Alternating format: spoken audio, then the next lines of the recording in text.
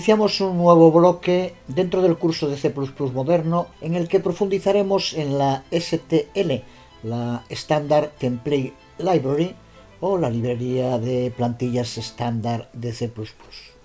Se trata de la columna vertebral que ha convertido C++ en un lenguaje todoterreno y que posteriormente han seguido con herramientas similares los principales lenguajes de programación. ¿Por qué son tan importantes estas librerías? Cualquier lenguaje de programación de modo nativo está formado por un número muy limitado de estructuras. En el caso de C++ podemos limitarlas a 4. Un conjunto de palabras clave y operadores, junto con algunos identificadores especiales y las llamadas directivas de preprocesamiento.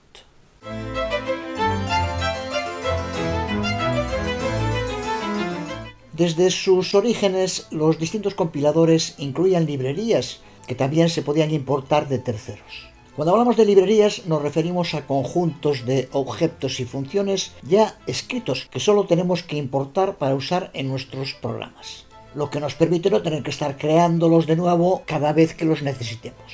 El problema con estas primeras librerías es que solían ser incompatibles entre distintos compiladores y muy poco portables, lo que, unido al crecimiento acelerado de C y C++ a partir de los años 80 del siglo pasado, provocó multitud de problemas de compatibilidad por la inexistencia de unos estándares claros para el propio lenguaje C y también para C++, para los cuales durante mucho tiempo el libro de Kernighan y Ritchie funcionó prácticamente como la Biblia oficiosa de los estándares ante la inexistencia de unos oficiales.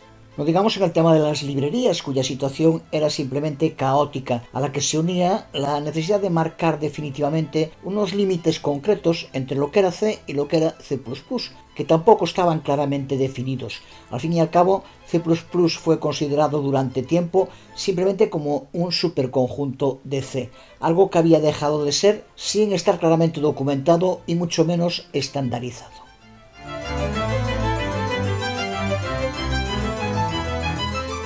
A partir de los años 90, la comunidad en torno a C++ tiene claro que el futuro de este lenguaje pasaba por su completa estandarización e independencia formal de C. Proceso que culmina con el primer estándar ANSI C++ de 1998, que en definitiva lo que logró fue iniciar un lento y complicado proceso intentando que esos nuevos estándares fueran incluidos dentro de los distintos compiladores para hacerlos compatibles y garantizar la portabilidad real, cosa que no se logrará en gran medida hasta la versión 11 de este lenguaje de programación, cuando nace el conocido como C++ moderno. Dentro de este proceso jugará un papel fundamental la STL, la librería de plantillas estándar, formada por miles de estructuras genéricas de datos y algoritmos escritos en C++, que acabó siendo adoptada en su totalidad por el comité ANSI de estandarización de C++, que la convirtió desde ese momento en una extensión más del lenguaje, compatible con todos los compiladores, añadiendo además una hoja de ruta muy clara para las nuevas actualizaciones, con periodos de 3 años que garantizan que los nuevos añadidos en la STL estarán ampliamente implementados en los principales compiladores cuando la nueva versión pase a ser definitiva, lo que ha ocurrido de momento con las versiones 11, 14, 17, 20 y la 23 actualmente en desarrollo. Pero su gran éxito, además de su total estandarización e integración con el propio lenguaje, estuvo en su diseño, que simplifica y facilita su reutilización, seguido posteriormente por el resto de los lenguajes de programación, y que significó uno de los avances clave en la programación de las últimas décadas. Para entender este diseño revolucionario debemos seguir las investigaciones llevadas a cabo durante años por Alexander Stepanov, centradas en el uso de la programación genérica para el desarrollo de librerías que les permitieran convertirse en bases totalmente integradas dentro de los propios lenguajes de programación y no como añadidos externos que provocaban constantes problemas de compatibilidad y portabilidad. La programación genérica permite la creación de generalizaciones mediante el diseño de algoritmos centrados en los tipos, y sin preocuparse por los datos concretos, lo que permite la creación de plantillas de objetos y funciones estándar fácilmente reutilizables, que son los principios sobre los que se constituyó la infraestructura STL, totalmente integrada como una parte más del lenguaje C++. Stepanov lo intentó primero con Ada, pero la relación que C++ crea con el manejo de la memoria a través de los punteros le pareció la más adecuada para aplicar a sus plantillas genéricas. En 1993, Andrew Koenig, de Bell Labs y miembro del Comité para la Estandarización de C++, se interesó por su trabajo y lo invitó a presentar sus avances ante ese comité, que acabó aprobando su integración en el estándar ANSI ISO que se estaba preparando para C++. Todo esto se vio favorecido por la decisión de HP, en cuyos laboratorios había estado trabajando Stepanov, de ofrecer su STL de modo totalmente abierto a través de Internet desde el año 1994, empezando a ser adoptado por los principales compiladores y librerías de terceros. STL formó parte ya del primer estándar C++ en 1998, aunque el proceso de generalización de este estándar, no solo debido a STL, sino también por el propio C++, fue lento y complejo, especialmente para lograr que los distintos compiladores se adaptaran a los nuevos estándares, y estrictamente no se puede considerar como completada esa integración hasta C++ 11 y el nacimiento del C++ moderno.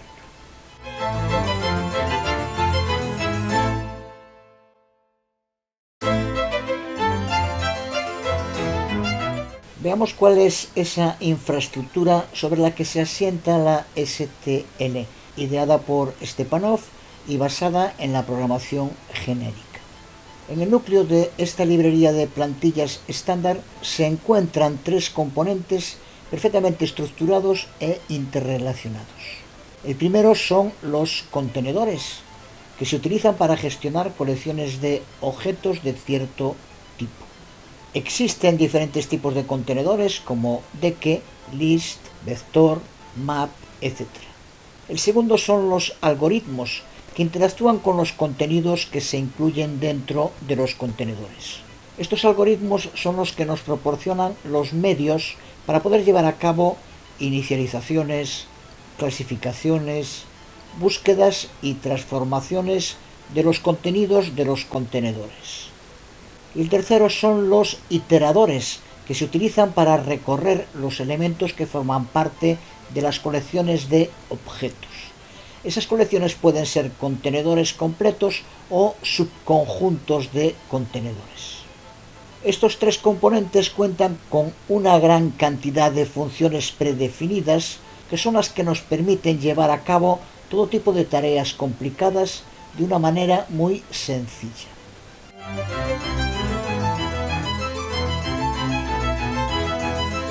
El diseño STL consiste, por tanto, en la interacción entre contenedores y algoritmos a través de iteradores. Lo podemos ver en este primer ejemplo usando un vector, que es un contenedor secuencial, para lo que necesitamos incluir los header vector y algoritmo, cuya documentación puedes ver en estos dos enlaces. En el programa usamos el contenedor secuencial std vector, similar a un array, de los que se diferencia por su capacidad para manejar automáticamente sus propios requisitos de almacenamiento en caso de que crezca. Observa el modo tan sencillo en el que creamos una instancia vector con el uso de std vector y entre paréntesis angulares el tipo de dato que va a contener, int en este caso, seguido de su identificador, el nombre int array. A partir de aquí, siempre que utilicemos int array, sabemos que estamos utilizando el objeto vector que hemos creado. Una vez creado, ya podemos acceder a las funciones miembro que tiene predefinidas. Podemos verlas completas en este enlace. De ellas vamos a usar para empezar size, que vemos aquí en la documentación y que usamos en nuestro código una primera vez aquí con el vector creado, pero no inicializado, no contiene aún ningún elemento. Por eso nos devolverá en consola el valor 0. Luego usamos otra función miembro de la librería vector, pushBack, que nos permite añadir nuevos elementos al vector contenedor y que se irá redimensionando automáticamente. Posteriormente volvemos a usar size para ver cómo se ha modificado su tamaño. Usamos luego iteradores, que ya sabemos que actúan como puentes entre contenedores y algoritmos. El uso de estos iteradores es consistente a través de todos los contenedores STL. Siempre cuentan con una función begin, que apunta al primer elemento del contenedor, y una función end, que apunta al final del contenedor después del último elemento. Esto es importante porque es lo que explica por qué aquí en el loop while se detiene en el elemento antes de en y no en end, porque end apunta al final del contenedor después del último elemento. Esto facilita el uso de este tipo de loops en comparación con los arrays. Aquí creamos un iterador y usamos sus funciones miembro begin y end junto con un loop while para iterarnos a través del vector int array y que nos devuelva todos los elementos que lo forman. Puedes probar a añadir nuevos elementos con pushBack y ver cómo el código sigue devolviendo correctamente todos los elementos, ya que el vector se ha redimensionado automáticamente.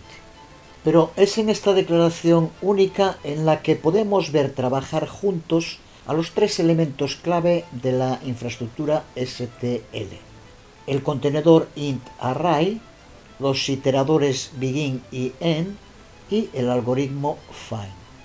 Lo que hacemos en esta declaración es usar el algoritmo find para buscar un elemento concreto dentro del contenedor int array, comunicándolos a través de los iteradores begin y end. Podemos ver el prototipo en el que empezamos creando un iterador para un vector int al que llamamos el found, igual que aquí lo habíamos creado para arIterator, que fue el que usamos para movernos y recuperar el valor de cada uno de los elementos del vector int array.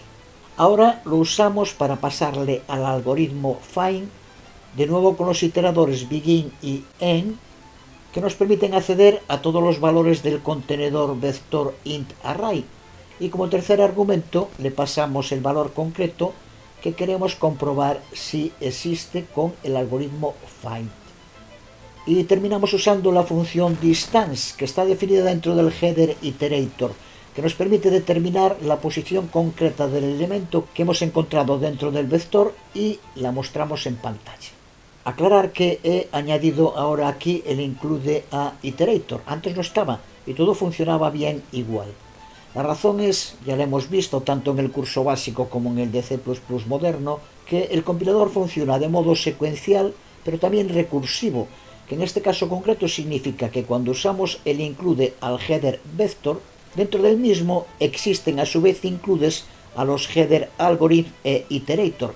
Así que, aunque no pongamos aquí esos dos includes, lo recibimos de modo recursivo a través de vector. Es bueno saberlo, pero tampoco es mala idea añadir aquí también los includes, sobre todo en un programa con fines de aprendizaje.